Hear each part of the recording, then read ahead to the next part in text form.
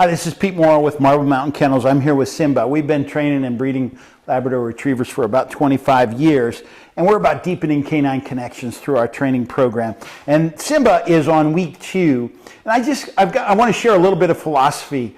Is every dog progresses at a different level. Simba is, he has the sit command really well, and he has the hear command really well, but you throw a ball with him and he goes crazy. So now what am I going to do is I'm going to focus on progressing him with the ball, right? And he's one of these retrievaholics that I can really, but the philosophy is if your dog is doing well in one area, don't harp on that area. Start doing things that would challenge him.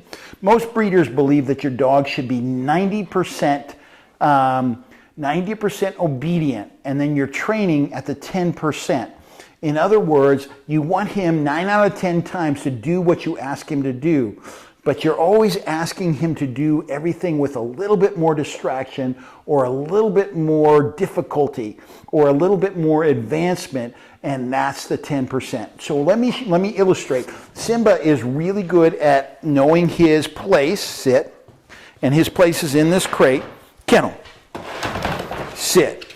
And he's also very focused on the ball. So the 10% is how much can I play with this ball with him staying in place. So what I'm going to do, sit, is I'm going to bounce the ball so it'll come back to me, and that'll be major temptation for him. Sit, sit, sit. And see, there's the 10%. The correction that I made there was 10%. Sit. So now I'm going to reinforce that. Sit. And then I'm going to reward it. I'm going to let him retrieve this next one. Sit. Okay. Good boy. Good boy. That's pretty slippery ground, isn't it? It's pretty slippery ground. So what I did was I found the 10%. That ball was a big temptation. I corrected it, and then I got obedience on it. Then I rewarded it. So the philosophy is, if your dog is really smart at sit, don't spend all your time at sit. Work on down, or work on kennel, or one of the other commands that it has more difficulty with.